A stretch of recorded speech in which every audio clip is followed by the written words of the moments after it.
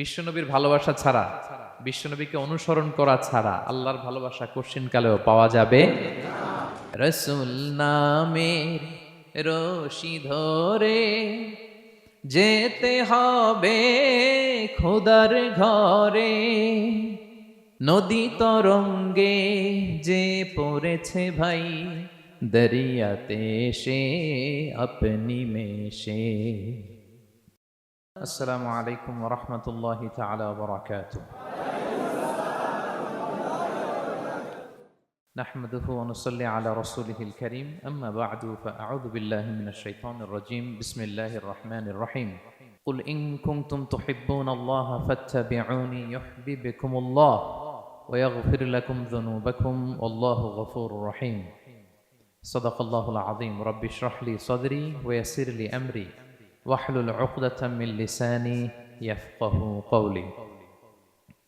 Cyber জায়া conference 2023 Bangladeshi মুসলিম community মালয়েশিয়ার আয়োজনে আজকের এই চমৎকার সন্ধ্যায় আপনারা যারা উপস্থিত হয়েছেন আপনাদের সবাইকে জানাচ্ছি আন্তরিক শুভেচ্ছা এবং মোবারকবাদ। আহলান ওয়া সাহলান ওয়া মারহাবান বিকুম ফি হাদাল লিকা আত-তাইয়িব আল মুবারক। শুরুতে আমরা আল্লাহ রাব্বুল ইজ্জা ওয়াল জালালের দরবারে শুকরিয়া জ্ঞাপন করতে চাই যে আল্লাহ রাব্বুল ইজ্জা ওয়াল জালাল আমাদেরকে এরকম চমৎকার একটি পরিবেশে বৃষ্টি বাদলকে উপেক্ষা করে আপনারা অন টাইমে আজকের এই প্রোগ্রামকে সৌন্দর্যমণ্ডিত করার জন্য সময় মতো চলে এসেছেন। আপনাদের শুকরিয়া জানাই এবং আল্লাহ রাব্বুল ইজ্জা ওয়াল জালালের দরবারে আমরা কায়মনোবাক্যে লাখো কোটি শুকুর এবং সুজুদ জানাচ্ছি যে তিনি আমাদেরকে এরকম চমৎকার পরিবেশে একত্রিত করেছেন। আমরা সবাই পড়ছি কালিমাতুশ শুকুর আলহামদুলিল্লাহ। বরাবরের মতোই বাংলাদেশি মুসলিম কমিউনিটি মালয়েশিয়াকে অন্তরের অন্তঃস্থল থেকে ধন্যবাদ দিতে চাই। ওনারা বরাবরের মতো এরকম চমৎকার প্রোগ্রামের আয়োজন করে থাকেন, যেটার সুবাদে আমরা কিছু কথা বলতে পারি, কিছু দিনই কথা শিখতে পারি। পাশাপাশি মিডিয়া কর্মী যারা এসেছেন, আমাদের প্রিয় সাংবাদিক ভাইরা যারা এসেছেন, নাশিদ পারফর্মার যারা এসেছেন এবং একপাশে আমি আমার বোনদের দেখতে পাচ্ছি, সবাইকে অন্তরের অন্তঃস্থল থেকে শুভেচ্ছা এবং হৃদয় নিংড়ানো ভালোবাসা জানিয়ে আমরা শুরু করছি। আমরা একটা থিমেটিক লেকচার উপস্থাপনের চেষ্টা করব, একটা নির্ধারিত বিষয়ের উপর কিছু আলোকপাত করব। বিষয়টা কি? বিষয়টা হচ্ছে আল্লাহ তাআলা যাদেরকে ভালোবাসেন তাদের নাম, তাদের গুণাবলী, তাদের ক্যারেক্টারিস্টিক্স, অ্যাট্রিবিউটস আল্লাহ তাআলা কালামুল্লাহ মাজিদে উল্লেখ করেছেন যে তিনি কাদেরকে ভালোবাসেন। তার আগে আপনারা একটু উত্তর করে আমাকে বলেন তো যে আমরা আল্লাহর ভালোবাসা পেতে চাই কি চাই না? সবাই চাই না? এটাই আজকে আমাদের আলোচনার টপিক, যে যাদেরকে আল্লাহ ভালোবাসেন। আমরা আজকের এই চমৎকার সন্ধ্যায় জেনে নিব যে আল্লাহ তাআলা কাদেরকে পছন্দ করেন এবং কাদেরকে ভালোবাসেন। এবং প্রিয় ভাই এবং বোনেরা, আল্লাহ তাআলার ভালোবাসা অর্জন এটা মানব জীবনের সবচাইতে বড় সৌভাগ্যের বিষয়। কি বলেন? আমরা যদি প্রেসিডেন্টের কাছের লোক হই, প্রধানমন্ত্রীর যদি কাছের লোক হই, যদি আমরা জানি যে পিএম আমাকে ভালোবাসে, প্রেসিডেন্ট আমাকে ভালোবাসে, কেমন লাগবে? ভাল লাগবে। আর যদি আমরা এটা জানতে পারি যে রব্বে কারীম আল্লাহ রাব্বুল ইজ্জা ওয়াল জালাল তিনি আমাকে ভালোবাসেন, কেমন লাগবে আমাদের? এই ভালোবাসাকে আমরা বলে বোঝাতে পারবো? পারবো না। এটাই আমরা চাই, এটাই আমাদের জীবনের টার্গেট, কামনা, ঠিক কিনা? তো একজন প্রকৃত মুমিন সেই যে আল্লাহর সান্নিধ্য পেতে চায়, আল্লাহ তাআলার ভালোবাসা সে পেতে চায়। এবং মজার ব্যাপার হচ্ছে আল্লাহ তাআলা সুস্পষ্ট স্টেটমেন্টের মাধ্যমে কালামুল্লাহ মাজিদে তিনি জানিয়ে দিয়েছেন তিনি কাদেরকে কাদেরকে ভালোবাসেন। আজকের এই আলোচনায় আমরা সেটাই জানার চেষ্টা করব যে বিশেষ কিছু গুণে গুণান্বিত ব্যক্তি আছে যারা এই সৌভাগ্যের অধিকারী, যাদেরকে আল্লাহ তাআলা ভালোবাসেন বলে তিনি কোরআনে জানিয়েছেন। আমরা যেন সেই সমস্ত গুণগুলো আমাদের নিজেদের মধ্যে ধারণ করতে পারি। আল্লাহ তাআলা আমাদের তৌফিক দান করুন। আমরা সবাই আওয়াজ করে পড়ে আমিন। প্রিয় ভাই এবং বোনেরা, শুরুতেই একটা ইন্ট্রোডাক্টরি কথা বলে রাখি, ভূমিকা কথা মূল আলোচনায় যাওয়ার আগে। সেটা হচ্ছে আমাদের প্রত্যেকের মনে রাখতে হবে যে আল্লাহ তাআলা ভালোবাসা পাওয়ার প্রধান শর্ত হচ্ছে রাসূল সাল্লাল্লাহু আলাইহি ওয়াসাল্লামকে ভালোবাসা, তার অনুসরণ করা। This is the first and foremost reminder tonight. আজকের প্রথম রিমাইন্ডার এটা যে আমরা যে আল্লাহর ভালোবাসা পেতে চাই, এটার প্রধানতম শর্ত হচ্ছে আল্লাহ রাসূল সাল্লাল্লাহু আলাইহি ওয়াসাল্লামের অনুসরণ করতে হবে। ওনার অনুসরণ বাদ দিয়ে আল্লাহর ভালোবাসা কঠিন কালেও পাওয়া যাবে না। যে আয়াত দিয়ে সূরাত আলে ইমরানের 31 নম্বর আয়াত দিয়ে আমি আমার আলোচনা শুরু করেছিলাম। এই আয়াতে আল্লাহ তাআলা খুব স্পষ্ট করে বলছেন, কুল ইন কুনতুম তুহিব্বুনাল্লাহা ফাত্তাবিউনি ইউহিব্বুকুমুল্লাহ। হে নবী, আপনি বলে দিন যে ওহে আমার উম্মতেরা, যদি তোমরা আল্লাহকে ভালোবাসতে চাও তাহলে ফাত্তাবিউনি, আমি নবীর অনুসরণ করো, তাহলে ইউহিব্বুকুমুল্লাহ, আল্লাহ তাআলা স্বয়ং তোমাদেরকে ভালোবাসতে শুরু করে দিবেন। বিশ্বনবীর ভালোবাসা ছাড়া, বিশ্বনবীকে অনুসরণ করা ছাড়া আল্লাহর ভালোবাসা কঠিনকালেও পাওয়া যাবে। কাজী নজরুল ইসলাম খুব চমৎকার করে ওনার কবিতায় লিখেছেন, আল্লাহকে যে পাইতে চায় হাজরাতের অনুসরণে, আরশ কুরসি লৌহ কালাম না চাইতে পেয়েছে সে। রসুল নামের রশি ধরে যেতে হবে খোদার ঘরে, নদী তরঙ্গে যে পড়েছে ভাই দরিয়াতে সে আপনি মেশে। হাজরাতের অনুসরণে আরশ কুরসি লৌহ কালাম না চাইতে পেয়েছে সে। সুবহানাল্লাহ পড়েন। রাসূল সাল্লাল্লাহু আলাইহি ইসলামের অনুসরণের মধ্য দিয়ে আল্লাহ তাআলার ভালোবাসাটা অর্জন করতে হবে। এর বাইরে যে আল্লাহ তাআলার ভালোবাসা কঠিনকালেও পাওয়া যাবে না। এবং রাসূল সাল্লাল্লাহু আলাইহি ওয়াসাল্লাম ঠিক যতটুকু করেছেন ঠিক অতটুকুই করতে হবে, এর চেয়ে বেশি করা যাবে না। রাসূল সাল্লাল্লাহু আলাইহি ইসলামের চাইতে কি বেশি মুত্তাকি হওয়া সম্ভব? সবাই বলেন নাই। রাসূল সাল্লাল্লাহু আলাইহি ইসলামের চাইতে বেশি বুজুর্গ হওয়া সম্ভব? ওনার চাইতে বেশি আল্লাহওয়ালা হওয়া সম্ভব? ওনার চাইতে বেশি আল্লাহ তাআলার কাছে প্রিয় ব্যক্তিত্ব হওয়া সম্ভব না, কঠিনকালেও না, অসম্ভব।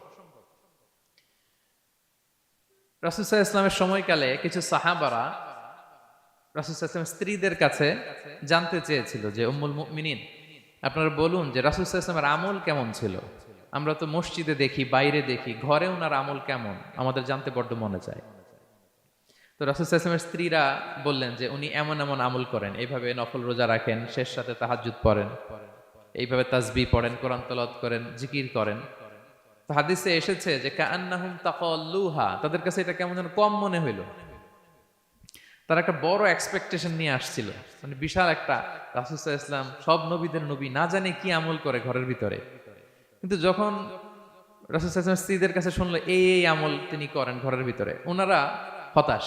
হায় রে, ভাবছিলাম এত এত আমল করে, এই মাত্র এরকম আমল করে, এগুলো তো আমরাও করি।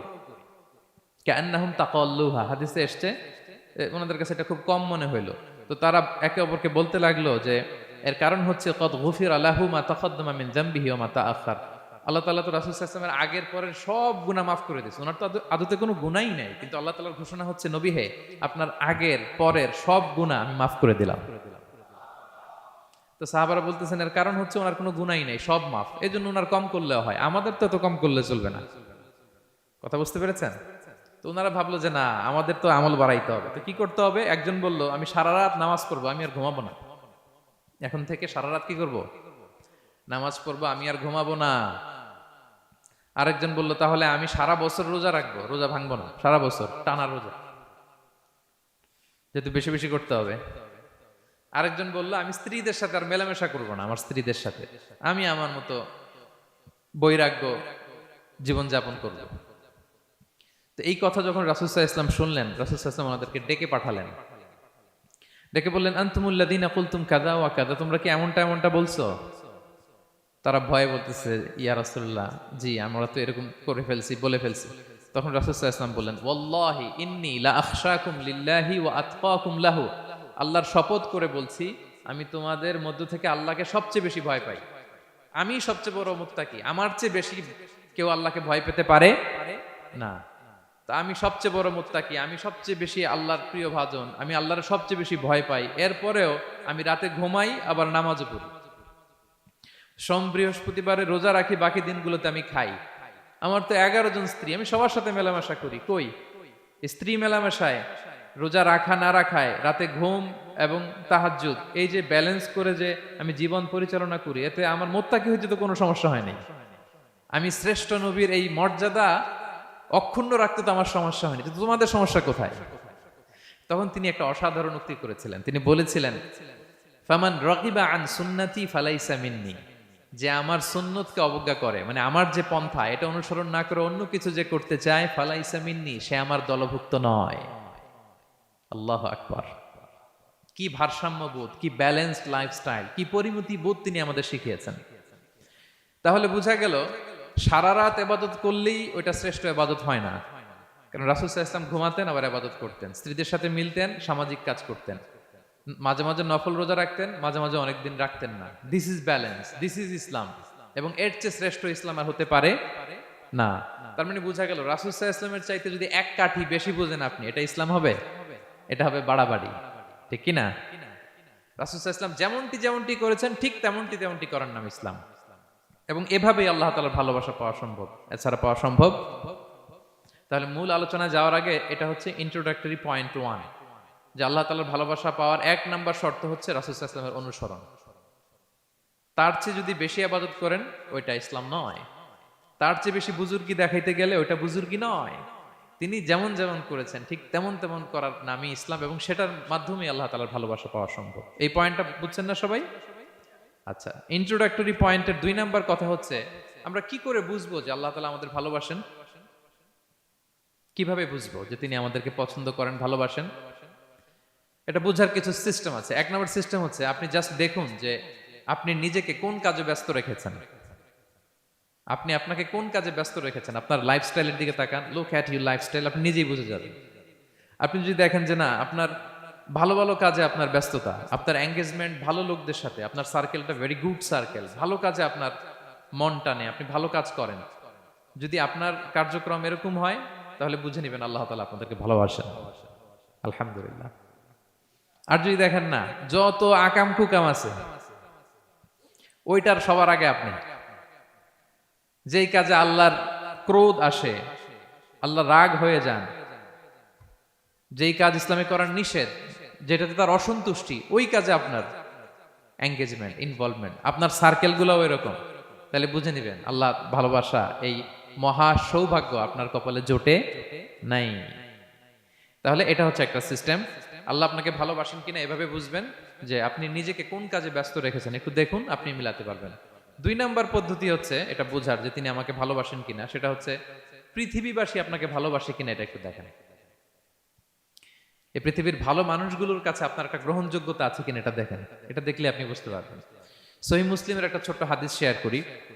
রাসূল সাল্লাল্লাহু আলাইহি ওয়াসাল্লাম বলেছেন যে ইন্নাল্লাহা ইযা আহাব্বা আবদান দাআ জিবরিল ফাকালা ইন্নী উহিব্বু ফুলানান ফাআহিব্বা। আল্লাহ তাআলা যখন কোনো বান্দাকে ভালোবাসে তখন তিনি জিবরাইলকে ডেকে বলেন, হে জিবরাইল, আমি আমার এই বান্দাকে ভালোবাসি, তুমিও তারে ভালোবাসো।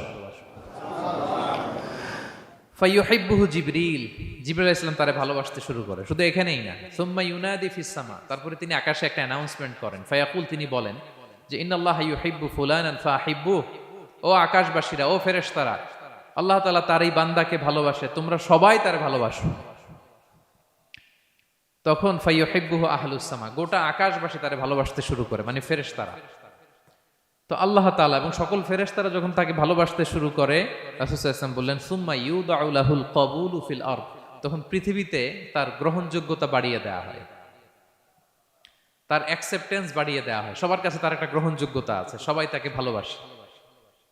এটা হচ্ছে একটা পদ্ধতি যে আল্লাহ তাআলা আপনাকে ভালোবাসে কিনা আপনি নিজেই বুঝবেন, যে পৃথিবীবাসী আপনাকে ভালোবাসে কিনা, আপনার কলিগরা আপনাকে ভালোবাসে কিনা, আপনার বন্ধুরা আপনাকে ভালোবাসে কিনা, আপনার নেইবররা আপনাকে ভালোবাসে কিনা, পৃথিবীর ভালো মানুষগুলোর কাছে আপনার গ্রহণযোগ্যতা আছে কিনা। যদি থাকে, বুঝবেন আল্লাহ তাআলা আপনাকে ভালোবাসেন, ঠিক কিনা?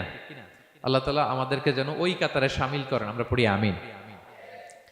তাহলে আলোচনার টপিক, আল্লাহ তাআলা যাদেরকে ভালোবাসেন।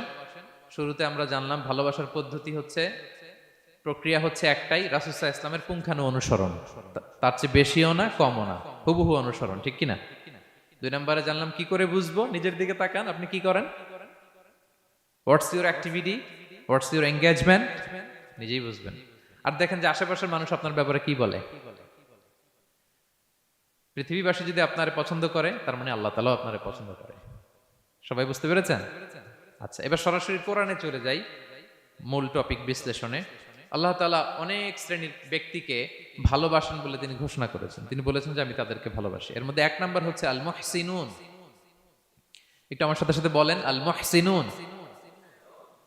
মুহসিনুন মানে হচ্ছে যে ইহসান করে, মানে অন্যের প্রতি অনুগ্রহ দেখায়, অনুগ্রহশীল, অন্যের প্রতি দয়াশীল, অনুগ্রহশীল। এই সমস্ত বান্দাদের আল্লাহ ভালোবাসেন। আল্লাহ বলেন, ওয়া আনফিকু ফি সাবিলিল্লাহি ওয়া লা তুলকু বিআইদিকুম ইলা তাহলুকা ওয়া আহসিনু ইন্নাল্লাহা ইউহিব্বুল মুহসিনিন। তিনি বলেন যে তোমরা আল্লাহর রাস্তায় দান করো আর নিজেরা নিজেদেরকে ধ্বংসের মুখে ঠেলে দিও না, আর তোমরা ইহসান করো অন্যের প্রতি, কারণ ইন্নাল্লাহা ইউহিব্বুল মুহসিনিন, আল্লাহ তাআলা মুহসিনিনদের ভালোবাসেন। মানে যারা অন্যের প্রতি অনুগ্রহ দেখায়, অন্যের প্রতি দয়া পরবশ, তাদেরকে আল্লাহ ভালোবাসেন। সুবহানাল্লাহি ওয়া বিহামদিহি। তাহলে পেয়ে গেলাম, মিলায় নেন যে অন্যের প্রতি সফট কর্নার, অন্যের প্রতি দয়া, অনুকম্পা, হেল্পিং হ্যান্ড, হেল্প করার মানসিকতা, অন্যের দুঃখে কাদা, এই মাইন্ডসেট, এই মেন্টালিটি আমাদের আছে কিনা একটু মিলিয়ে নেন। না থাকলে রিমাইন্ডার হিসেবে নেন যে আমরাও যেন মুহসিনুনদের কাতারে শামিল হতে পারি। ইহসান এটা অনেক বড় তবকার একটা আমল। ইবাদতেও ইহসান লাগবে, ইবাদতের বাইরে সামাজিক কর্মকাণ্ড, রাষ্ট্রীয় কর্মকাণ্ড, সব কাজে আল্লাহ তাআলা এই ইহসানকে আবশ্যক করেছেন। অনুগ্রহ, অন্যদের প্রতি অনুগ্রহশীল হওয়া। ইবাদতে ইহসানটা কেমন? সাইয়েদনা জিবরাইল আলাইহিস সালাম রাসূল সাল্লাল্লাহু আলাইহি ওয়াসাল্লামকে জিজ্ঞেস করেছিলেন যে ইয়া রাসূলুল্লাহ ফাখবিরনি আনিল ইহসান, ইহসান আবার কি, আমাকে একটু বলেন। তো ইবাদতে ইহসানটা কেমন? রাসূল সাল্লাল্লাহু আলাইহি ওয়াসাল্লাম বললেন যে ইহসান হচ্ছে আন তা'বুদাল্লাহা কাআন্নাকা তারাহু ফাইন লাম তাকুন তারাহু ফাইন্নাহু ইয়ারাক। তুমি এমন ভাবে ইবাদত করবে, তুমি ভাববে যে তুমি আল্লাহকে দেখছো, তুমি আল্লাহকে দেখে দেখে ইবাদত করতেছো, এরকম ভাবো না একটু। আর এটা ভাবতে যদি কষ্ট হয়, অন্তত এতটুকু তো ভাবো যে আল্লাহ তোমায় দেখছেন। এতটুকু ভাবা যাবে না? আমরা যখন নামাজ পড়ি, আমাদের প্রত্যেকটা সালাতের মুহূর্তে আমাদের এটা ভাবতে হবে যে আল্লাহ তাআলা কিন্তু আমাকে দেখছেন। এই যে আমি ফিস করে সুবহানা রাব্বিয়াল আলা পড়ি, সুবহানা রাব্বিয়াল আযীম পড়ি, আমি তাসবিহ পড়ি, আমার রুকু সেজদা সবকিছু আমার আল্লাহ দেখছেন। এই সেন্স, এই অনুভূতি যদি আপনার মধ্যে থাকে, এটাই হচ্ছে ইবাদতের ইহসান। আর ইবাদত ছাড়া আমাদের দৈনন্দিন কাজ, পারিবারিক কাজ, সামাজিক কাজ, এই সমস্ত কাজেও কিন্তু আল্লাহ তাআলা ইহসানকে আবশ্যক করেছেন। প্রিয় ভাই এবং বোনেরা, অন্যের প্রতি অনুগ্রহ করাটাকে তিনি কি করেছেন? আবশ্যক করেছেন। একটা ছোট্ট হাদিস শুনি। হাদিসে রাসূল সাল্লাল্লাহু আলাইহি ওয়াসাল্লাম ইরশাদ করছেন যে ইন্নাল্লাহা তাবারাকা ওয়া তাআলা কাতাবাল ইহসানা আলা কুল্লি শাই। আল্লাহ তাআলা সবকিছুর উপর ইহসানকে আবশ্যক করেছেন, সবকিছুর উপর। মুমিনের সব কাজে ইহসান থাকতে হবে, অন্যের প্রতি অনুগ্রহের পরশ থাকতে হবে। এবার মজার একটা পার্ট আসছে হাদিসে, খেয়াল করে শুনি। রাসূল সাল্লাল্লাহু আলাইহি ওয়াসাল্লাম বলেন ফাইদা কাতালতুম ফাআহসিনুল কিতলা। আল্লাহ তাআলা সব জায়গায় ইহসানকে আবশ্যক করেছেন। এমন কি ফাইদা কাতালতুম, যখন তোমরা কতল করবে কাউকে, ফাআহসিনুল কিতলা, ইহসানের সাথে কতল করো। সুবহানাল্লাহ বললেন না? প্রসঙ্গটা কি? হত্যার প্রসঙ্গটা। রাষ্ট্রীয় কাজে হয়তো ডেথ পেনাল্টি, তার মৃত্যুদণ্ড দিতে হবে। রাসূল সাল্লাল্লাহু আলাইহি ওয়াসাল্লাম বলেন ফাইদা কাতালতুম ফাআহসিনুল কিতলা, মৃত্যুদণ্ড দিবা কিন্তু ইহসানের সাথে দিও। আপনি চাইলেই তার কান কেটে ফেলতে পারবেন না, তাকে শ্বাসরুদ্ধ করতে পারবেন না, পেট্রোল দিয়ে তার দেহ জ্বালিয়ে দিতে পারবেন না, চাইলেই এই দেহটারে আপনি নষ্ট করতে পারবেন না। রাষ্ট্রীয় কাজে বিচারে সাব্যস্ত হয়েছে তার এখন ডেথ পেনাল্টি, মৃত্যুদণ্ড কার্যকর করবেন, ঠিক আছে, কিন্তু সেখানে ইহসানের সাথে। ফাইদা কাতালতুম ফাআহসিনুল কিতলা, মৃত্যুদণ্ড কার্যকর করার সময় ইহসানের সাথে করো। ওয়া ইদা যাবাহতুম ফাআহসিনুয যাবাহা, জবাই করার সময়ও ইহসান করো। সুবহানাল্লাহ। করতেছি জবাই, করতেছি কি? কিন্তু মেরে ফেলতেছি প্রাণীটাকে খাওয়ার জন্য। স্লটারিং, লিটারালি আমি ছুরি চালাচ্ছি ওর গলায়, ফিনকি দিয়ে রক্ত বেরোবে এখনই, মেরে ফেলতেছি। কিন্তু যা মনে চায় আপনি কোপাতে পারবেন? কুরবানির পশুকে কষ্ট দিতে পারবেন না। আমরা এই ভুলটা করি। রাসূল সাল্লাল্লাহু আলাইহি ওয়াসাল্লাম দেখেন আরো স্পেসিফিক করে বলছেন যে ওয়ালিউহিদ্দা আহাদুকুম শাফরাতাহু ওয়ালিউরিহ যাবিহাতাহু, তোমরা জবাইয়ের সময় তোমাদের ছুরিটাকে ধার করে নিও, যাতে করে প্রাণীটা কম কষ্ট পায়। সুবহানাল্লাহ। আমরা অনেক সময় ভুল করে ফেলি। আমরা গরু শোয়ানোর পরে এই রশি কোথায়, এই ছুরি কোথায়, এই কষাই কোথায়, এই যে 7 জনের নামে জবাই হবে এদের নাম কোথায়? গরুটাকে আমরা কষ্ট দিচ্ছি। রাসূল সাল্লাল্লাহু আলাইহি ওয়াসাল্লাম বলে না, মুমিনের প্রতিটি কাজে ইহসানের পরশ থাকে। তারা প্রাণী জবাই করবে ঠিকই খাওয়ার জন্য, কিন্তু এখানেও ইহসান করতে হবে, ঠিক কিনা? তারা মৃত্যুদণ্ড কার্যকর করবে, ডেথ পেনাল্টি রাষ্ট্রীয় আইনে, কিন্তু যেমন মনে চায় তেমন করা যাবে না। ওইখানেও ইহসান রাখার দরকার আছে না নাই? প্রিয় ভাইয়েরা, এই ইহসানকে যারা মেনটেন করে জীবনের সব কাজে, আল্লাহ তাদেরকে বড্ড ভালোবাসে, বড্ড পছন্দ করে। সো আমরা যেন সবাই সবার প্রতি ইহসান করি। স্বামী স্ত্রীর প্রতি ইহসান করুন, স্ত্রী স্বামীর প্রতি ইহসান করুন, বাবা সন্তানের প্রতি, সন্তান বাবার প্রতি, পরিবারের সকল সদস্যদের প্রতি ইহসান করুন, কর্মচারীদের প্রতি ইহসান করুন, সহকর্মীদের প্রতি ইহসান করুন। মুমিন জীবনের প্রতিটি কাজে ইহসানের পরশ থাকবে, কারণ ইন্নাল্লাহা ইউহিব্বুল মুহসিনিন। আল্লাহ তাআলা মুহসিনদের, যারা অন্যদের প্রতি অনুগ্রহ দেখায়, তাদেরকে বড্ড ভালোবাসেন। এই পয়েন্টটা কি বুঝতে পেরেছেন সবাই? ক্লিয়ার? 2 নম্বরে চলে যায়, আর কাদেরকে আল্লাহ ভালোবাসেন? 2 নম্বরে হচ্ছে আত-তাওয়াবুন, যারা ভুল করেই তওবা করে সাথে সাথে, আল্লাহ তাদেরকে বড্ড ভালোবাসেন। সুবহানাল্লাহ। আল্লাহ তাআলা বলছেন ইন্নাল্লাহা ইউহিব্বুত তাওয়াবিন ওয়া ইউহিব্বুল মুতাতাহহিরিন। আল্লাহ তওবাকারীদেরকে যেমনি ভালোবাসেন, পবিত্রতা অর্জনকারীদেরও ভালোবাসেন। ওটা আমি পরে আসতেছি, এখন তওবাতেই থাকি। তাহলে 2 নম্বরে হচ্ছে ইন্নাল্লাহা ইউহিব্বুত তাওয়াবিন। 2 নম্বরে হচ্ছে কাদেরকে ভালোবাসেন? তওবাকারীদেরকে তিনি বড্ড ভালোবাসেন।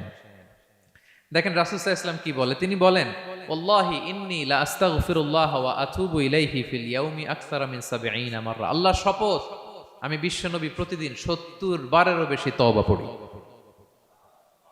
যার আগেও কোনো গুনাহ নাই, পরেও কোনো গুনাহ, উনি তওবা করে কয়বার? 70 বার। আমাদের তো কোনো গুনাহ টুনা নাই, তাই না? হ্যাঁ, আমাদেরও গুনাহ আছে নাকি? বস্তা ভরা। তো বিশ্বনবী যদি 70 বার তওবা করেন ডেইলি বেসিস, আমাদের করা দরকার কয়বার? যার যার কাছে ছেড়ে দিলাম, বলেন। হ্যাঁ, 70,000 বার করা দরকার, ঠিক কিনা? প্রিয় ভাইরা, তাওবা কি? তাওবা মানে ফিরে আসা আল্লাহর কাছে। ভুল করেছি, অনুতপ্ত হয়ে আল্লাহর কাছে ফিরে আসবো, এটার নাম তাওবা। To return back to your Lord, আল্লাহর কাছে ফিরে আসবেন। এই ফিরে আসাটাকে আল্লাহ খুব পছন্দ করেন। এখানেই শয়তান আর আমাদের মধ্যে পার্থক্য। শয়তান ভুল করে করছি তো করছে, ওইটার মধ্যেই সে অটল অবিচল, ক্ষমা আর চাইনি। কিন্তু আমরা সকালে ভুল করে দুপুরে মাফ চাই, দুপুরে করে রাতে মাফ চাই, আজকে ভুল করে কালকে মাফ চাই, ঠিক কিনা? এই মাফ চাওয়াটাকে, ফিরে আসাটাকে, তার গুনাহগার বান্দা অনুতপ্ত হয়ে, রিয়েলাইজেশন হয়ে, বুঝতে পেরে ফিরে আসাটাকে তিনি বড্ড পছন্দ করেন, বড্ড পছন্দ করেন। এজন্য ভুল আমাদের হবে প্রিয় ভাইরা। আল ইনসান মিনান নিসিয়ান, আমাদের নামটাই এসেছে ভুল থেকে, আমরা ভুলে যাই, ভুল হয়ে যায় আমাদের। কিন্তু ক্ষমার রাস্তা, তওবার রাস্তা খোলা আছে না নাই? এটা হচ্ছে আমাদের জন্য আশা, হোপ। আমরা হোপফুল, সবসময় আশাবাদী। যত ভুল হোক, যত ভুল আপনি করেন, এটা খেয়াল রাখবেন, ভুল আপনি যতই করেন না কেন, তার রহমতের দরিয়া তার চাইতেও বড়, তার ক্ষমার মহাসাগর তার চাইতেও বিস্তৃত, যত ভুল আপনি করেন না কেন। এজন্য আল্লাহ তাআলা বলেন ইয়া আইয়ুহাল্লাযীনা আমানু তুবু ইলাল্লাহি তাওবাতান নাসুহা। ওহে বিশ্বাসীরা, একনিষ্ঠভাবে তওবা করো, ফিরে আসো আমার দিকে। ফাফিররু ইলাল্লাহ 24/7। পৃথিবীর কোনো দরজা 24 ঘন্টা খোলা থাকে না। রাত 3টার দিকে যদি আপনি উঠে জায়নামাজটা বিছিয়ে যে ভুলটা করছেন ওটা স্মরণ করে চোখের পানি ছেড়ে মাফ চান, ক্ষমা করবেন না তিনি? হ্যাঁ, ক্ষমা দেওয়ার জন্য তিনি বসে আছেন। এজন্য ভুল হইলে আমরা পড়বো আস্তাগফিরুল্লাহ। কি পড়বো? পড়েন আস্তাগফিরুল্লাহ রাব্বি মিন কুল্লি যামবি ওয়া আতুবু ইলাই। পড়েন আস্তাগফিরুল্লাহাল্লাযী লা ইলাহা ইল্লা হুয়াল হাইয়ুল কাইয়্যুম ওয়া আতুবু ইলাই। এটা পড়ে আল্লাহর কাছে ফিরে আসবেন, অনুতপ্ত হবেন, আল্লাহ ভুল করে ফেলেছে, আল্লাহ তুমি ক্ষমা করো, আল্লাহ তুমি ক্ষমা করো, আল্লাহ আমরা ভুল করে ফেলেছি। ভুল সবাই করে, কে না করে? হ্যাঁ, কুল্লু ইবনে আদম খাত্তা। বিষ্ণু বলেন তোমরা সবাই ভুলকারী, কিন্তু ওয়া খায়রুল খাত্তাইন আত-তাওয়াবুন। এই ভুলকারীদের মধ্যে শ্রেষ্ঠ যে ভুল করেই তওবা করে। তওবা করতে রাজি আছেন তো? সবাই রাজি আছেন? আমার প্রিয় ভাইয়েরা, এই তওবার দৃশ্যটা দেখতে আল্লাহ বড্ড পছন্দ করেন। বান্দা যখন ভুল বুঝতে পারে, মাথাটা নিচু করে চোখের পানি ছেড়ে বান্দা যখন কাঁদতে শুরু করে, এই দৃশ্যটা দেখলে আল্লাহ সহ্য করতে পারে না। আল্লাহর রহমতের দরিয়ায় জোশ খেলে যায়। বান্দা যা চায় আল্লাহ তাই দিয়ে দেয়। তখন চোখের পানির এত বড় পাওয়ার, এজন্য আমরা ভুল করে যেন অটল না থাকি, আল্লাহর কাছে যেন ক্ষমা চাই, আমরা যেন ফিরে আসি তার দরবারে। তার দরবার সবসময় খোলা। এবং তিনি এই তওবার বা ফিরে আসার দৃশ্যটা দেখতে কত পছন্দ করেন শোনেন। রাসূল সাল্লাল্লাহু আলাইহি ওয়াসাল্লাম বলেন, ওয়াল্লাযী নাফসি বিয়াদিহি, তার শপথ যার হাতে আমার আত্মা, লাউলাম তুযনিবু, তোমরা যদি ভুল না করতে, লা যাহাবাল্লাহু বিকুম, আল্লাহ তোমাদেরকে ধ্বংস করে দিতেন। ওয়ালা জাআ বিকওমিন, আল্লাহ এমন এক জাতি তৈরি করতেন, ইউযনিবুন, ওরা খালি ভুল করত, ফায়াস্তাগফিরুন, আর ক্ষমা চাইতো, ফায়াগফিরুল্লাহু লাহুম, আর আল্লাহ তাদের ক্ষমা করতেন। তোমরা যদি ভুল না করতে, এই বনি আদম, তোমরা যদি ভুল না করতে, তোমাদেরকে আল্লাহ তাআলা ধ্বংস করে এমন একটা গোষ্ঠী বানাইতেন যারা খালি ভুল করতো আর মাফ চাইতো, ভুল করতো আর মাফ চাইতো, আর আল্লাহ মাফ করে দিত। সুবহানাল্লাহ বললেন না? গাফিরিয যামবি ওয়া কাবিলিত তাওব, তিনি পাপ মোচন করার জন্যই তো তিনি আমার রব, তওবা কবুল করার জন্যই তো তিনি আল্লাহ সুবহানাহু ওয়া তাআলা, তিনি রব্বে কারীম। তার দয়ার কোনো শেষ নাই, তার মায়ার কোনো শেষ নাই। আমরা যখন তওবা করি, অনুতপ্ত হই, চোখের পানি ছেড়ে যখন কাঁদি, আল্লাহ যে কত খুশি হয় এটার একটা উপমা হাদিসে এসেছে, সহিহ মুসলিমের হাদিস। রাসূল সাল্লাল্লাহু আলাইহি ওয়াসাল্লাম বলেন, লাল্লাহু আশাদ্দু ফারাহান বিতাওবাতি আবদিহি হিনা ইয়াতুবু ইলাইহি, কেউ যখন তওবা করে আল্লাহ কত খুশি হয় জানো? শোনো, ওই ব্যক্তির চাইতে আল্লাহ বেশি খুশি হয়ে যায় যে ব্যক্তি মরুভূমিতে সফরে বেরিয়েছে, সাথে তার বাহন বা উট, ওই উটের মধ্যেই তার পানি বা খাবার, হঠাৎ করে উটটা হারায় গেছে। শুনতেছেন?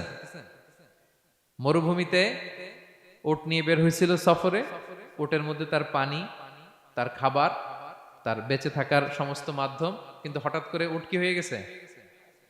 হারায় গেছে। উট খুঁজে আর পায় না, দৌড়াতে দৌড়াতে হয়রান। কত দৌড়াবে? ধুধু মরু প্রান্তর, কয়েক ঘন্টা দৌড়ালেই তো সে তৃষ্ণার্ত হয়ে মারা যাবে। দৌড়াতে দৌড়াতে হাঁপাতে হাঁপাতে শেষ, জীবনের আশাও শেষ, যে উট যেহেতু পাই নাই, আজকে সারাদিন দৌড়ালে তো তৃষ্ণা আমি মারাই যাব রাতে। তো জীবনের আশা ভরসা শেষ করে হাঁটতে হাঁটতে হাঁপাতে হাঁপাতে হঠাৎ একটা গাছের সন্ধান পেল। ওই গাছের নিচে যে এত ক্লান্ত, তৃষ্ণার্ত, হাঁপাতে হাঁপাতে ঘুমায় গেছে, হতাশ, আমার বাঁচার আর কোনো মাধ্যম নাই, আমার উট হারায় গেছে, ওইখানেই পানি, ওইখানেই খাবার। ক্লান্ত শ্রান্ত হয়ে তৃষ্ণার চোটে ঘুম চলে আসছে। হঠাৎ ঘুম থেকে জেগে ওঠে, উটটা পাশেই দাঁড়ায় আছে। যে ওটের উপরে তার পানি এবং খাবার ছিল, পুরা মরুভূমিতে দৌড়াইতে দৌড়াইতে আবার সন্ধ্যাবেলায় এসে মালিকের সামনে দাঁড়ায় আছে। সে ঘুম থেকে উঠি তাড়াতাড়ি করে রশি ধরে ফেলছে উটের। পুরোটা হাদিসের অনুবাদ শোনাচ্ছি। তো উটের রশি ধরে বেচারা এত খুশি, এত খুশি, এত খুশি, যে খুশির চোটে ও বলতে আরম্ভ করছে, আল্লাহুম্মা আনতা আবদি ওয়া আনা রাব্বুক, আল্লাহ তুমি আমার গোলাম, আমি তোমার রব, তুমি দয়া করে এই ওটটা ফিরায় দিছো, আজকে তুমি ওটটা ফিরায় না দিলে আমি তো মরে যেতাম। আল্লাহ প্রশংসা তোমার। খুশির চোটে। কিসের চোটে? খুশির চোটে কথা উল্টে গেছে। সে এত খুশি, সে আনন্দে এত উদ্বেলিত, এত খুশি, সে বলতেছে আল্লাহ, আল্লাহুম্মা আনতা আবদি, আল্লাহ তুমি আমার গোলাম। খুশিতে আল্লাহুম্মা আনতা আবদি, আল্লাহ তুমি আমার গোলাম, ওয়া আনা রাব্বুক, আমি তোমার রব, তোমার দরবারে লাখো কোটি শুকরিয়া। আল্লাহ কেঁদে কেঁদে বলতেছে। তা আল্লাহ বলে, ওইরকম একটা পরিস্থিতিতে যে তার জীবনের আশা ছেড়েই দিয়েছিল, হঠাৎ করে ওট ফিরে পাওয়ার পরে খুশির চোটে সে যখন আমি আল্লাহরে ওর গোলাম বানায় আর ওরে আমার রব বানায়, ওই লোকটা ওই মুহূর্তে ঠিক যত খুশি, আমার কোনো বান্দা তওবা করে যখন আমার কাছে ফিরে আসে, আমি আল্লাহ ওই বান্দার উপর তার চাইতে বেশি খুশি হয়ে যায়। লাল্লাহু আশাদ্দু ফারাহান। ওই ব্যক্তি কত খুশি হইলে আল্লাহর গোলাম বানায়, কত খুশি হইলে সে সেন্স হারায় ফেলে যে আল্লাহ তুমি আমার গোলাম, আমি তোমার রব। কখন বলে? খুশিতে সে মাতোয়ারা। আল্লাহ বলে, ওই মাতোয়ারা ব্যক্তি ওই মুহূর্তে যত খুশি, আমার কোনো বান্দা ভুল করে বোঝার পরে যখন চোখের পানি ছেড়ে আমার কাছে তওবা করে, আমি আল্লাহ তার চাইতে বেশি খুশি হয়ে যা। তওবা করবেন তো? করবেন? করবেন? ইন্নাল্লাহা ইউহিব্বুত তাওয়াবিন। আল্লাহ তাআলা তওবাকারীদের বড্ড ভালোবাসেন আমার ভাইরা। ভুল হলেই যেন আমরা তওবা করি। কয়টা জানলেন? প্রথমটা কি ছিল? কি করে? ভুলে গেছি। ইহসান করে, মুহসিনুন, যারা অন্যদের প্রতি অনুগ্রহ প্রদর্শন করে। আচ্ছা, 2 নাম্বার কি ছিল? তাওবা মানে আত-তাওয়াবুন, যারা ভুল হলে কি করে তাওবা করে। 3 নাম্বার হচ্ছে আল মুতাতাহহিরুন, যারা পবিত্রতা অর্জন করে, সবসময় পাক পবিত্র থাকে, নিট এন্ড ক্লিন থাকে। এই ক্লিনলিনেসকে আল্লাহ পছন্দ করেন। সুবহানাল্লাহ, কি সুন্দর আমাদের ধর্ম, কত চমৎকার আমাদের ইসলাম। রদিতু বিল্লাহি রাব্বা ওয়া বিল ইসলামি দীনা, আমরা আল্লাহরে রব হিসেবে পেয়ে খুশি, ইসলামকে দিন হিসেবে পেয়ে খুশি, ঠিক কি না? 3 নাম্বার হচ্ছে ওয়া ইউহিব্বুল মুতাতাহহিরিন, আল্লাহ তাআলা পবিত্রতা অর্জনকারীদের বড্ড পছন্দ করেন। মুতাতাহহিরিন, যারা সব সময় পাক পবিত্র থাকে, পরিচ্ছন্ন থাকে, এবং এটা খুব জরুরি। রাসূল সাল্লাল্লাহু আলাইহি ওয়াসাল্লাম বলেছেন আত-তুহুরু শাতরুল ঈমান, পবিত্রতা এটা ঈমানের অঙ্গ। কেন ঈমানের অঙ্গ? কারণ নামাজ যার নাই তার ঈমান নাই, আর পবিত্রতা ছাড়া নামাজই হয় না। এজন্য রাসূল সাল্লাল্লাহু আলাইহি ওয়াসাল্লাম বলেছেন পবিত্রতা ঈমানের অঙ্গ। সুবহানাল্লাহ পড়েন। দেখেন নামাজের যে আহকাম আরকান আছে, আহকাম তো বাইরে, নামাজ শুরুর আগে, এর মধ্যে 3টা আহকাম বা 3টা ফরজই হচ্ছে এই পাক পবিত্রতা নিয়ে। ছোটবেলা আপনারা পড়েছেন না, শরীর পাক, কাপড় পাক, নামাজের জায়গা পাক। তার মানে আপনি নামাজে যখন দাঁড়াবেন আপনার শরীরটা পাক পাক পবিত্র হইতে হবে। আপনি যে ড্রেস গায়ে দিয়ে নামাজে দাঁড়ালেন এটা পবিত্র হইতে হবে। যেই জায়গাটাতে আপনি নামাজের জন্য দাঁড়ালেন ওই জায়গাটা পবিত্র হতে হবে। এই 3টা জায়গা পবিত্র কিনা আপনাকে এনশিওর করে আল্লাহু আকবার, তার আগে আল্লাহু আকবার বললে হবে? হবে না। এজন্য ইসলাম হাতে ধরিয়ে ধরিয়ে আমাদেরকে পবিত্র হওয়ার পদ্ধতি শিক্ষা দিয়েছেন। রাসূল সাল্লাল্লাহু আলাইহি ওয়াসাল্লাম যখন এগুলো শিখাতেন মুশরিকরা হাসতো, হায় রে কেমন নবী তোমাদের, কিভাবে টয়লেটে যাইতে হয় এটাও শিখায়। সাহাবারা বলতেন হ্যাঁ, আমাদের নবী ধরে ধরে আমাদের শিখায় যে টয়লেটে ঢুকতে বাম পা, বেরোতে ডান পা, ঢোকার আগে দোয়া, ওয়ালা তাস্তাকবিলুল কিবলা, কিবলামুখী হওয়া যাবে না, ঢিলা ইউজ করলে 3টা ইউজ করো, বেজর করো, প্রতিটা জিনিস কি করে ওযু করতে হয়, কি করে তায়াম্মুম করতে হয়, কি করে ফরজ গোসল করতে হয়, আমার নবী ধরে ধরে আমাদের শিখিয়েছেন, ঠিক কি না? ধরে ধরে শিখিয়েছেন। কিভাবে ওযু করবেন রাসূল সাল্লাল্লাহু আলাইহি ওয়াসাল্লাম গামলা নিয়ে তিনি দেখিয়েছেন। কিভাবে তায়াম্মুম করবেন মাটিতে বাড়ি দিয়ে তায়াম্মুম করে দেখিয়েছেন। কেমন করে মেসওয়াক করবেন দেখিয়েছেন। কিভাবে আতর ইউজ করবেন দেখিয়েছেন। ক্লিনলিনেসের যত দিক হতে পারে সব বিশ্বনবী আমাদের শিখিয়েছেন। এমনকি কালামুল্লাহ মাজিদে আল্লাহ তাআলা আমাদেরকে সুস্পষ্ট জানিয়েছেন, ইয়া আইয়ুহাল্লাযীনা আমানু ইযা কুমতুম ইলা সলাতি ফাগসিলু উজুহাকুম, যখন নামাজে দাঁড়াবা আগে ওযু করো। ফাগসিলু উজুহাকুম, যারা আরবি বোঝেন আগে মুখ ধুয়ে নাও। ও আইদিয়াকুম ইলাল মারাফিক, তারপরে 2 হাত কোনই পর্যন্ত ধুয়ে নাও। ওয়ামসাহু বিরুউসিকুম, তারপর মাথা মাসে করে নাও। ও আরজুলাকুম ইলাল কাবাইন, এরপরে টাকনু পর্যন্ত 2 পা ধুয়ে নাও। ওযু হয়ে গেল না? হয়েছে না? এবার ধরে ধরে আমাদেরকে শেখানো হয়েছে। যদি গোসল ফরজ হয়, ওয়া ইন কুনতুম জুনুবান ফাত্তাহহারু, গোসল ফরজ হলে গোসল করে নাও। এখন ওযু গোসলের জন্য পানি নাই, তো ওযু আর গোসলের জন্য যদি পানি না থাকে, ফালাম তাজিদু মাআন ফাতায়াম্মামু সাঈদান তাইয়্যিবা, পবিত্র মাটি দিয়ে তায়াম্মুম করো। দেখেন ওযুও শিখাইলো কোরআন, তায়াম্মুমও শিখাইলো কোরআন। পাক পবিত্র হওয়ার ক্লিনলিনেসের যত আয়োজন আছে সব আল্লাহর কোরআনে আছে না নাই? সব আল্লাহ তাআলা আমাদেরকে জানিয়ে দিয়েছেন। এবং আম্মা জান আয়েশা রাদিয়াল্লাহু তাআলা আনহা আল্লাহ রাসূল সাল্লাল্লাহু আলাইহি ওয়াসাল্লামকে জিজ্ঞেস করেছিলেন, ইয়া রাসূলুল্লাহ, কিয়ামতের দিন এত নবীর উম্মত, কোটি কোটি মানুষ, আপনি আপনার উম্মতকে চিনবেন কি করে? এত মানুষ থাকবে, আপনি কি করে চিনবেন? রাসূল সাল্লাল্লাহু আলাইহি ওয়াসাল্লাম বললেন, ইন্না উম্মতি ইয়াতুনা ইয়াউমাল কিয়ামাতি গুররাম মুহাজ্জালিনা মিন আসারিল wudu। তিনি বললেন ওযুর চিহ্ন দেখে আমি আমার উম্মত চিনব।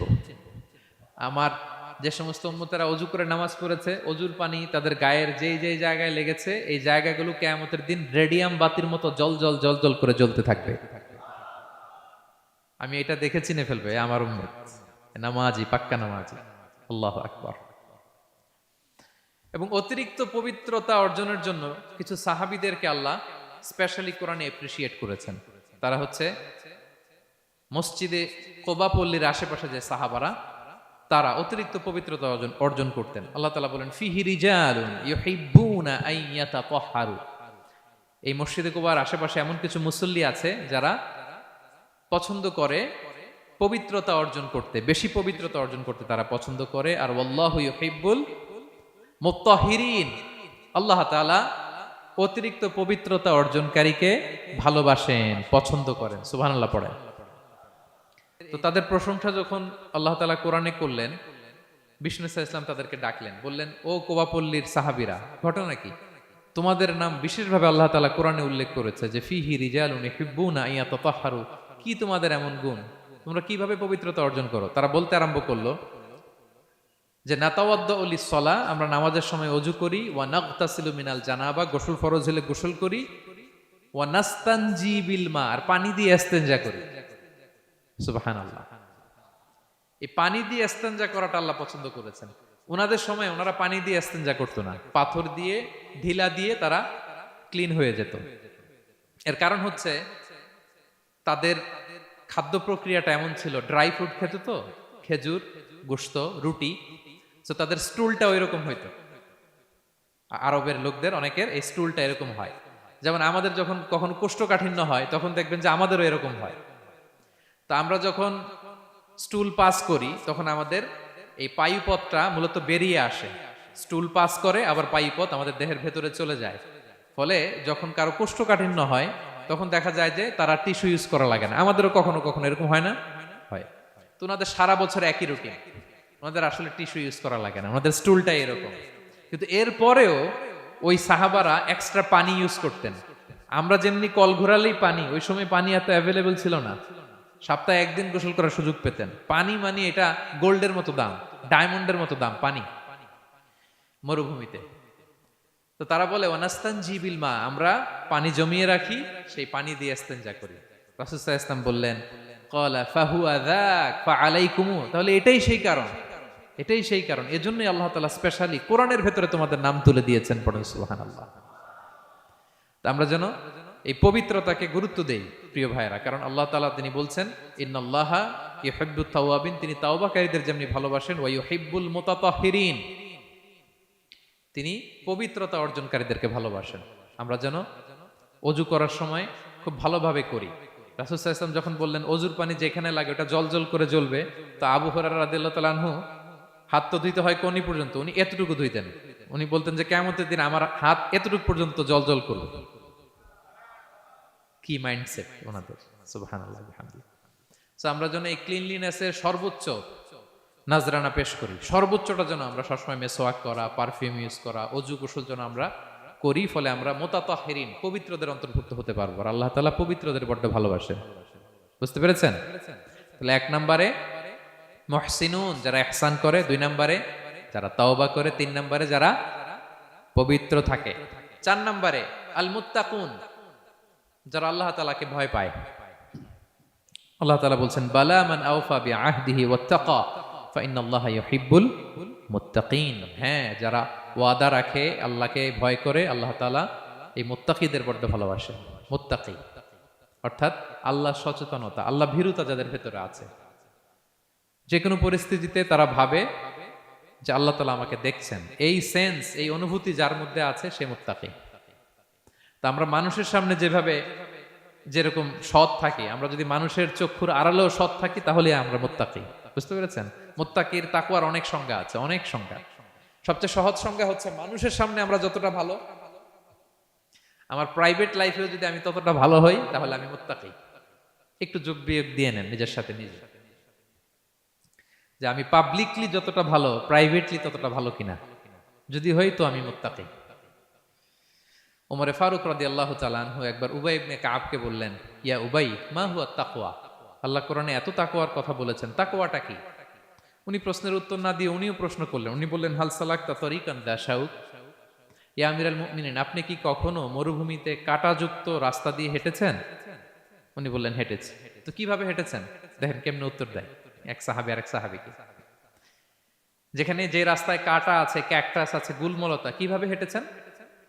তিনি বললেন ইজতাহাদতু ওয়া তাশাম্মারতু, আমি আমার জুব্বা পাগড়ি খুব আঁটো করে কাপড়টা উপরের দিকে টেনে এমন সাবধানে হেঁটেছি যাতে ক্যাকটাসের কাঁটা আমার গায়ে না লাগে। এই পথটা পাড়ি দিতে খুব সাবধানে, খুব প্রিকশন নিয়ে, এক্সট্রা কশন নিয়ে আমি পার হয়েছি। উবাই ইবনে কাব বললেন হাদা হুয়া তাকওয়া, এটাই তো তাকওয়া। এই তো বুঝে গেছেন আপনি। আপনি একটু আগে প্রশ্ন করছেন তাকওয়া কি, এটাই তাকওয়া। বলে তাই নাকি? তিনি বললেন হ্যাঁ। তো তিনি বললেন দুনিয়ার চলতি পথে ডানে বায়ে এরকম অনেক পাপের হাতছানি আপনাকে স্পর্শ করতে চাইবে। ওই যে কাঁটাযুক্ত রাস্তা দিয়ে আপনি যেভাবে সাবধানে, কাঁটা যাতে গায়ে না লাগে, খুবই প্রিকশন নিয়ে হেঁটেছেন, এই দুনিয়ার পুরো জার্নিটা যদি এইভাবে চালাতে পারেন তাইলেই আপনি মুত্তাকি। সুবহানাল্লাহি বিহামদি। আল্লাহ তাআলা বলেন যাদের মধ্যে এই তাকওয়ার সেন্স আছে আমি তাদেরকে ভালোবাসি। তাকওয়া হচ্ছে কেউ না দেখলেও আল্লাহ দেখেন এই অনুভূতি। সবার চোখ ফাঁকি দেয়া গেলেও একজনের চোখ ফাঁকি দেয়া যায় না, তিনি কে? এই অনুভূতির নাম হচ্ছে তাকওয়া। আল্লাহ বলেন ইন্না আকরামাকুম ইনদাল্লাহি আতকাকুম, তোমাদের মধ্যে সবচাইতে আল্লাহর কাছে সম্মানিত ব্যক্তি যার মধ্যে আল্লাহর ভয় বেশি। নাকি আল্লাহ বলছে তোমাদের মধ্যে যে সবচেয়ে বড় বিলিয়নিয়ার সে আল্লাহর কাছে সম্মানিত, দেখতে বেশি সুন্দর সে সম্মানিত, যার জনবল আছে, অর্থবল আছে, লোকবল আছে না। তাকওয়া, তাকওয়া হচ্ছে ক্রাইটেরিয়া। যার তাকওয়া বেশি সে আমার কাছে সম্মানিত। এবং আল্লাহ তাআলা বলেন ওমাইয়াত্তাকিল্লাহা ইয়াজআল লাহু মাখরাজা ওয়া ইয়ারযুকহু মিন হাইসু লা ইয়াহতাসিব, যে আল্লাহকে সবসময় ভয় পাবে, যে মুত্তাকি, সে কোথাও জীবনে আটকাবে না, কোথাও আটকাবে না। জীবনে কোনো বিপদ আসলে একটা ওয়ে আউট, একটা এক্সিট। মালয়েশিয়াতে তো বলে কেলুয়ার। মালয়েশিয়া কি বলে? এই জীবনে কোথাও আটকাবেন না, আটকাইলেই একটা কেলুয়ার পেয়ে যাবেন। কেলুয়ারের ব্যবস্থা করে দিবে কে? ব্যবস্থা করে দিবেন। আর এমন জায়গা থেকে তিনি রিজিকের বন্দোবস্ত করবেন আপনি কল্পনাও করেন নাই। সুবহানাল্লাহ বিহামদি। তাহলে 4 নম্বরে মুত্তাকুন, যারা আল্লাহকে ভয় করে আল্লাহ তাদেরকে ভালোবাসেন। আমরা যেন মুত্তাকিদের কাতারে শামিল হতে পারি। আল্লাহ তুমি তৌফিক দাও। প্রিয় ভাইরা আমার, 5 নম্বরে হচ্ছে আল মুতাওয়াক্কিলুন, যারা আল্লাহর উপর তাওয়াক্কুল করে। আল্লাহ বলে ফাইদা আযামতা ফাতাওয়াক্কাল আলাল্লাহ ইন্নাল্লাহা ইউহিব্বুল মুতাওয়াক্কিলিন। কোন বিষয়ে যখন দৃঢ় সংকল্প নিয়েছো তো আল্লাহর উপর ভরসা করো, কারণ আল্লাহ ওই সমস্ত লোকদের ভালোবাসা যারা আমার উপর তাওয়াক্কুল করে, মানে ভরসা করে। তাওয়াক্কুল মানে একজনের উপর ভরসা, তিনি কে? আমরা ভরসা কার উপর করব? পৃথিবীর কোন শক্তির উপর, কোন মানুষের উপর, কোন মিডিয়ার উপর, কোন ক্ষমতার উপর? আমাদের ভরসা এক মহান সত্তার প্রতি, তিনি কে? সবসময় আমরা আল্লাহর উপর ভরসা রাখি এবং প্রতিটি মুহূর্তে যেন আমরা আল্লাহর উপর তাওয়াক্কুল করি। রাসূল সাল্লাল্লাহু আলাইহি ওয়াসাল্লাম এটা আমাদের শিখিয়েছেন। এমনকি ঘর থেকে বেরোলেও যেন আমরা আল্লাহর উপর তাওয়াক্কুল করি, বিশ্বনবী শিখিয়েছেন। তিনি ঘর থেকে বেরোলেই পড়তেন বিসমিল্লাহি তাওয়াক্কালতু আলাল্লাহ লা হাওলা ওয়ালা কুওয়াতা ইল্লা বিল্লাহ। পড়েন আপনারা? আল্লাহর উপর, আল্লাহর নামে, আল্লাহর উপর তাওয়াক্কুল করে বেরোলাম, এটা পড়ে বেরোবেন। আর তিনি লম্বা একটা দোয়া পড়তেন, আল্লাহুম্মা ইন্নী আউযু বিকা আন আযিল্লা আও উযাল্লা আও আদিল্লা আও উদাল্লা আও আযলিমা আও উযলামা আও আজহালা আও ইউজহালা আলাইহি। চমৎকার দোয়া, চমৎকার দোয়া। এটা পড়ে তিনি বেরোতেন। তো এই তাওয়াক্কুল যারা করে, আল্লাহর উপর ভরসা রাখে, আল্লাহ তাদেরকে বড্ড পছন্দ করেন। এখন তাওয়াক্কুলটা কি? তাওয়াক্কুল নিয়ে আমাদের সমাজে অনেক মিস আন্ডারস্ট্যান্ডিং আছে। প্রিয় ভাইরা আমার, তাওয়াক্কুল হচ্ছে কর্ম শেষে ফলাফলের জন্য আল্লাহর উপর নির্ভর করা। মনোযোগ দিয়ে শুনুন, আই রিপিট, আমি আবারও বলছি, কর্ম শেষে, আগে কি কর্ম, কর্ম শেষে ফলাফলের জন্য কার উপর নির্ভর করা?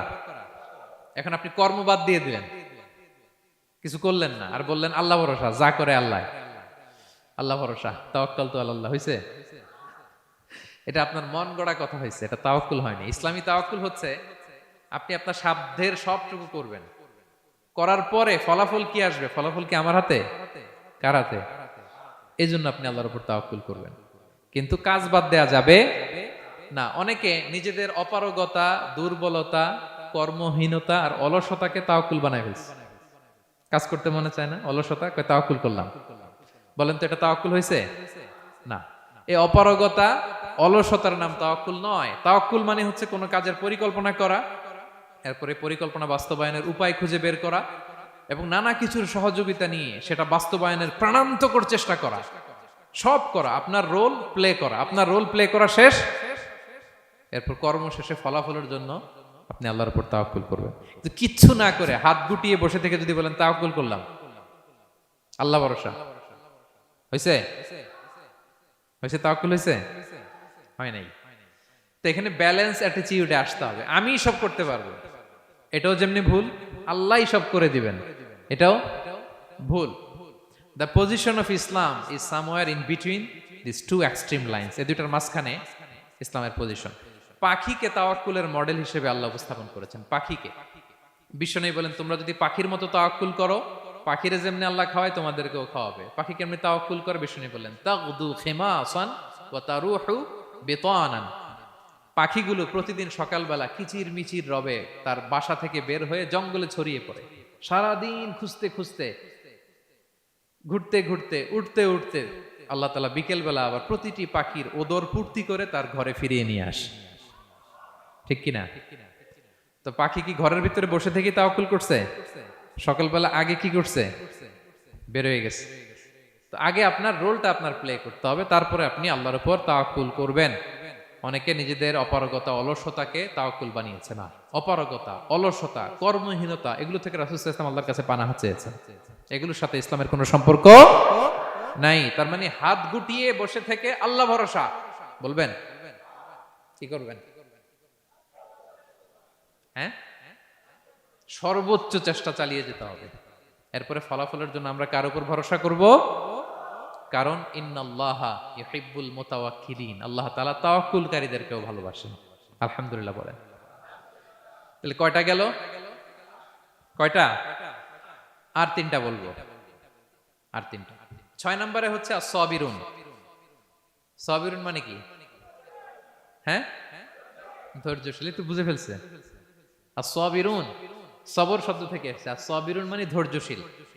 যারা আল্লাহর উপর ধৈর্য, বিপদে আপদে আল্লাহর দেয়া বিপদে যারা ধৈর্য ধারণ করে, ওই ধৈর্যশীল ব্যক্তিদেরকে আল্লাহ তাআলা পছন্দ করেন। আল্লাহ তাআলা বলেন, ওয়া কাআইয়্যিম মিন নাবিয়্যিন ক্বাতালা মাআহু রিব্বিয়ুনা কাসীর ফামা ওয়াহানু লিমা আসাবাহুম ফি সাবিলিল্লাহ ওয়া মা দাউফু ওয়া মাস্তাকানু ওয়াল্লাহু ইউহিব্বুস সাবিরিন। কত নবী আছে, তাদের সাথে অনেক আল্লাহওয়ালারা লড়াই করেছে, তারা বিপদে হতোদ্যম হয়নি, নতজানু হয়নি, তাদেরকে দমানো যায়নি, তারা ধৈর্য ধারণ করেছে। কারণ ইন্নাল্লাহা ইউহিব্বুস সাবিরিন, আল্লাহ তাআলা ধৈর্যশীলদের বড় ভালোবাসেন। ধৈর্যশীল, ধৈর্য ধারণ করতে হবে। ধৈর্য ধারণ এটা সবার পক্ষে সম্ভব হয় না। ধৈর্য এটা এমন একটা গাছ, যে গাছের চারদিকে শুধু কাটা আর কাটা, কিন্তু ফলটা বড় মিষ্টি। আবার বলি, ধৈর্য এমন একটা গাছের নাম, যেই গাছের সারা গায়ে কাটা, সারা গায়ে কি, কিন্তু ফল মিষ্টি। ওই মিষ্টি সুস্বাদু ফল আনতে গেলে কিছু কাটা সহ্য করতে হবে। আমরা যেন বিপদে ধৈর্য ধারণ করি। রাসূল সাল্লাল্লাহু আলাইহি ওয়াসাল্লামকে আল্লাহ তাআলা নিজে সান্ত্বনা দিয়েছেন আর বলেছেন, ওয়াসবির আলা মা ইয়াকুলুনা ওয়াহজুরহুম হাজরান জামিলা। নবী হে, আপনি হেরা গুহা থেকে এমন আলোর বাণী নিয়ে এসেছেন, এমন সংস্কারের কথা নিয়ে এসেছেন, এমন পাওয়ারফুল মেসেজ নিয়ে এসেছেন, এটা সমাজে দিলে সমাজ আপনাকে আলিঙ্গন করবে না, পাথর ছুড়বে, গালি দিবে, ট্যাগ লাগাবে, নানা তকমা দিবে, কিন্তু এগুলোতে পিছপা হওয়া চলবে না। নবী হে, ওয়াসবির, আপনি ধৈর্য ধারণ করুন। আলা মা ইয়াকুলুন, ওরা যাই বলুক, আপনারে কখনো বলবে গণক, কখনো বলবে জাদুকর, কখনো বলবে পাগল, কখনো বলবে কবি, এখন আমাদেরকে বলে না, হ্যাঁ, কখনো বলে মৌলবাদী, কখনো বলে জঙ্গিবাদী, কখনো বলে রাজাকার, আছে না নাই? যুগে যুগে এই ট্যাগিং সংস্কৃতি আছে। তারা ট্যাগ লাগায়, তারা নানা ধরনের মিথ্যা তকমা লাগায়। তো আল্লাহ তাআলা আশ্বস্ত করে বললেন, নবী আপনি ভয় পাবেন না, আপনি ধৈর্য ধারণ করুন। ওয়াসবির আলা মা ইয়াকুলুন, তারা যাই বলুক না কেন আপনি সবর ইখতিয়ার করুন, তাদেরকে আপনি ইগনোর করুন, একটু সয়ে যান। একটু সয়ে গেলে রয়ে যাবে, এটা দুনিয়ার নিয়ম। সয়ে গেলে রয়ে যাবে, রয়ে যেতে চাইলে সয়ে যেতে হবে প্রিয় ভাইয়েরা, কারণ আল্লাহ তাআলা ধৈর্যশীলদের বড্ড পছন্দ করেন। এবং রাসূল সাল্লাল্লাহু আলাইহি ওয়াসাল্লাম একটা চমৎকার হাদিস বলেছেন। তিনি বলেছেন, আজাবান লিআমরিল মুমিন, মুমিনের ব্যাপারটা বড়ই ইন্টারেস্টিং, বড়ই চমৎকার, এটা মুমিন ছাড়া অন্য কারো হয় না। ব্যাপারটা কেমন? রাসূল বলেন, ইন আসাবাতহু সাররাউ শাকারা, মুমিন যখন আনন্দে থাকে তখন মুমিন শুকরিয়া করে। শুকরিয়া করলে সওয়াব আছে না নাই? কারণ শুকরিয়া একটা ইবাদত। আর ওয়া ইন আসাবাতহু দাররাউ, মুমিন যখন বিপদে পড়ে দুঃখে থাকে, সাবারা, তখন সে ধৈর্য ধারণ করে। ধৈর্য ধারণ করলে সওয়াব আছে না নাই? তো সওয়াব ছাড়া আমাদের আর কিছু আছে? আমি জীবনে হয় সুখী নয় দুঃখী, কি বলেন? আমাদের জীবনের চলতি পথে হয় কখনো আমরা সুখী নয়, সুখের সময় কি করি? শুকর করি। শুকর করলে সওয়াব আছে না নাই? আর দুঃখের সময় কি করি? সবর করি। সবর করলে সওয়াব আছে না নাই? তাহলে হয় শুকর নয় সবর, এই দুইটা ইবাদত মুমিন জীবনে সর্বদা চলমান। কেমন একটা উইন উইন সিচুয়েশন, সুবহানাল্লাহ পড়বেন না? একটা উইন উইন সিচুয়েশন। এজন্য প্রিয় ভাইরা, মাথা গরম করবেন না। কখনোই অস্থির হবেন না, আতঙ্কিত হবেন না, ধৈর্য ধারণ করুন। কারণ ধৈর্য এমন একটা গাছ, চারি গায়ে কাটা, কিন্তু ফলটা বড় মিষ্টি। এজন্য আল্লাহ তাআলা বলেন ইন্নাল্লাহা ইউহিব্বুস সাবিরিন, আল্লাহ তাআলা ধৈর্যশীল বান্দাদেরকে পছন্দ করেন। কয়টা গেল? 6টা। 7 নম্বরে আল মুকসিতুন। মুকসিতুন মানে হচ্ছে ন্যায়পরায়ণ, যে ইনসাফের সাথে ফায়সালা করে, যে পার্শিয়ালিটি করে না, হ্যাঁ, 2 নাম্বারই করে না। বিচার করতে যে যখন রায় দেয় ন্যায়সঙ্গত ভাবে রায় দেয়, ঘুষ খেয়ে বায়াজ হয়ে কোনো রায় দেয় না, তাদেরকে আল্লাহ পছন্দ করে। কিন্তু আমাদের বিচার ব্যবস্থার দিকে তাকান, গোটা বিশ্বব্যাপী আছে না নাই? ছোট্ট একটা বিচারেও দেখবেন যে ছোট্ট সালিশ বসছে, এর কাছ থেকে টাকা খেয়ে ওর পক্ষে রায় দিয়ে দেয়, এরকম আছে না নাই? না, আল্লাহ তাআলা তাদেরকে বড্ড অপছন্দ করেন। বরং যারা বায়াজ নয়, যারা পার্শিয়ালিটি করে না, যারা ইনসাফের সাথে ন্যায় ভিত্তিক ফায়সালা করে, আল্লাহ তাদেরকে পছন্দ করেন। আল্লাহ তাআলা বললেন ওয়া ইন হাকামতা ফাহকুম বাইনাহুম বিল কিসত।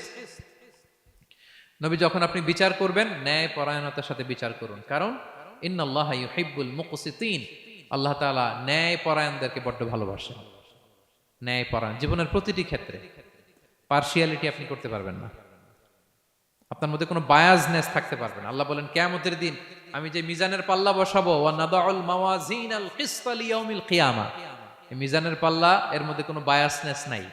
ফামান ইয়ামাল মিসকালা যাররাতিন খাইরান ইয়ারা, অনুপরিমাণ ভালো এটাও ওজন হবে, অনুপরিমাণ খারাপ এটাও ওজন হবে। ফালা তুযলামু নাফসুন শাইআ, সেদিন কারো প্রতি বিন্দু পরিমাণ জুলুম করা হবে না। ন্যায় বিচারের মানদণ্ড তিনি সেদিন কায়েম করবেন। আর দুনিয়াতে যারা ন্যায় বিচার করে, ন্যায় ভিত্তিক ফায়সালা করে, তাদেরকে আল্লাহ ভালোবাসেন। সুবহানাল্লাহ পড়েন। রাসূল সাল্লাল্লাহু আলাইহি ওয়াসাল্লাম কতটা ন্যায়পরায়ণ ছিলেন শুনেন। 8ম হিজরিতে তিনি যখন মক্কা বিজয় করলেন, মক্কার লোকেরা তার হাতে বায়াত হলো, তিনি অল্প কিছুদিন এখানে 20 দিনের মতো ছিলেন মক্কায়।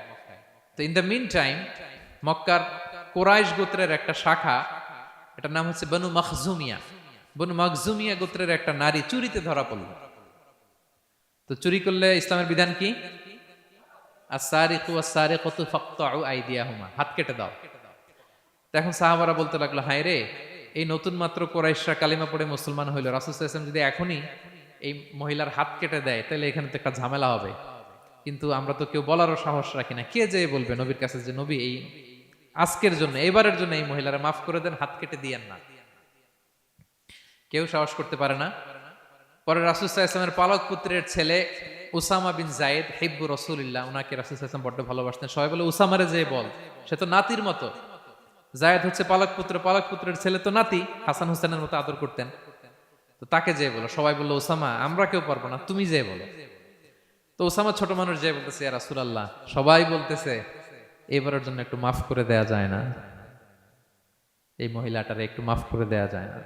রাসূল সাল্লাল্লাহু আলাইহি ওয়াসাল্লাম রেগে গেলেন।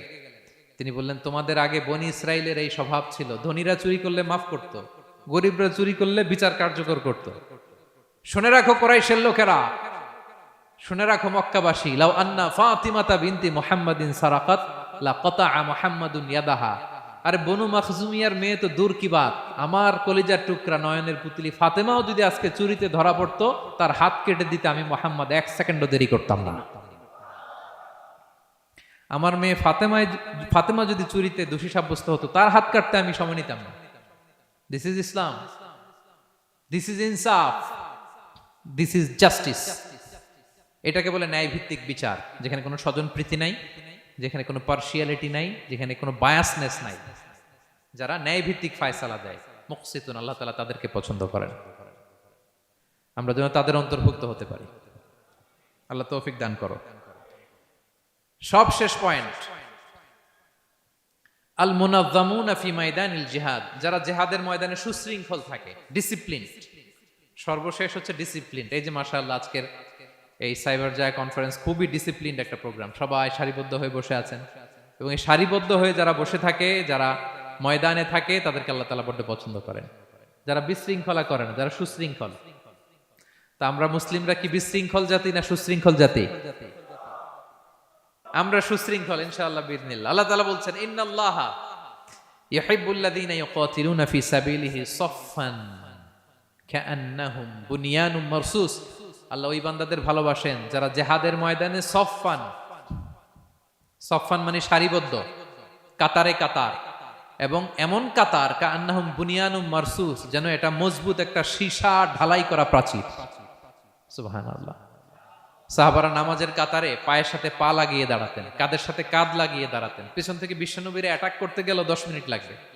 সব সাহাবাদেরকে আক্রমণ করে বিশ্বনবী পর্যন্ত পৌঁছাতে তাদের অনেক সময় লেগে যাবে, এমন সীসা ঢালা প্রাচীরের মতো তারা পেছনে দাঁড়াতেন। সুবহানাল্লাহ। তো যারা জিহাদের ময়দানে সুশৃঙ্খল ভাবে দাঁড়ায়, ডিসিপ্লিনড ম্যানারে, ওয়েল অ্যারেঞ্জড ম্যানারে, ওয়েল অর্ডার্ড ম্যানারে, আল্লাহ তাআলা তাদেরকে বড্ড পছন্দ করেন। আর যারা বিশৃঙ্খলা করে তাদেরকে আল্লাহ পছন্দ করেন না। এবং আপনি দেখেন বিষ্ণু ইসলামের যুদ্ধগুলোর মধ্যে 5 ভাগে তিনি ভাগ করতেন যুদ্ধকে। মাঝখানে হচ্ছে একটা ডিপার্টমেন্ট, ডানে মাইমানা, বায়ে মাইসারা, সামনে মোকাদ্দেমা, পেছনে খালফ। এইভাবে 5টা ডিসিপ্লিনড ওয়েতে তিনি ব্যাটালিয়ন ভাগ করে সামনে আগাতেন। এবং বিশ্বনবীর নেতৃত্বে সাহাবীদের মাধ্যমে যে শক্তিশালী সামরিক সংগঠনটি গড়ে উঠেছিল, ওটা বিশ্বকে চূর্ণ বিচূর্ণ করে দিয়েছে। উনার পরে 4 খলিফা, ওনাদের নেতৃত্বে তাদের এমন ব্যাটালিয়ন গড়ে উঠেছে, শতাব্দী পর শতাব্দী তাদের সামনে দাঁড়ানোর মতো সক্ষমতা পৃথিবীর কোনো সেনাবাহিনীর ছিল না। সুবহানাল্লাহ। সাফফান কাআন্নাহুম বুনিয়ানুম মারসুস, সীসা ঢালা প্রাচীরের মতো যুদ্ধের ময়দানে তারা সুশৃঙ্খল ভাবে দাঁড়াত। তো যারা জীবনের সব ক্ষেত্রে এরকম ডিসিপ্লিন, সুশৃঙ্খল, তাদেরকে আল্লাহ ভালোবাসে। এখন আপনারা কি সুশৃঙ্খল থাকতে চান, নাকি শুধু এই আজকের প্রোগ্রাম শেষ করে যাব আবার বিশৃঙ্খল এরকম করবেন? না, যেখানে কিউ থাকে কিউ মেনটেন করবেন, যেখানে একটা শৃঙ্খলা থাকে শৃঙ্খলা বজায় রাখবেন। এই ময়দানে ভ্রাতৃত্বের বন্ধনে সুশৃঙ্খল যারা থাকবে তাদের হাতে আল্লাহ তাআলা নেতৃত্ব তুলে দিবেন, ঠিক কিনা? আমরা যেন সুশৃঙ্খল থাকতে পারি। আল্লাহ তাআলা তুমি আমাদেরকে তৌফিক দান করো। তাহলে মোট কয় শ্রেণীর কথা বললাম যাদেরকে আল্লাহ তাআলা ভালোবাসেন? 1 নম্বরে কি ছিল?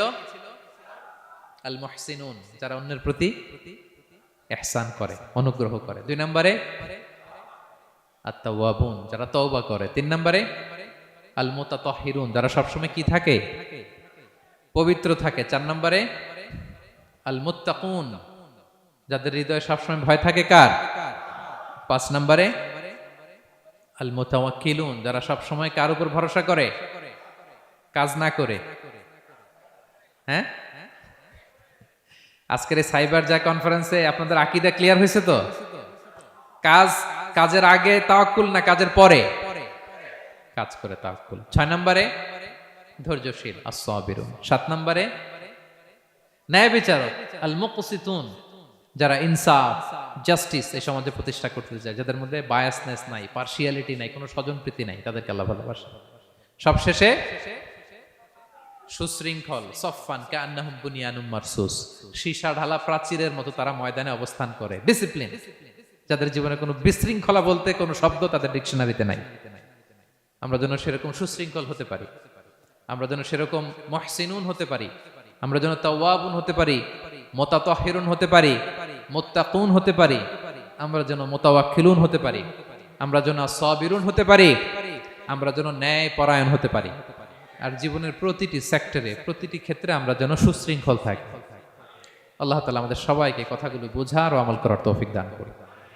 হাদা মা ইনদি ওয়াল ইলমু ইনদাল্লাহ আলাইহি তাওয়াক্কালতু ওয়া ইলাইহি উনীব।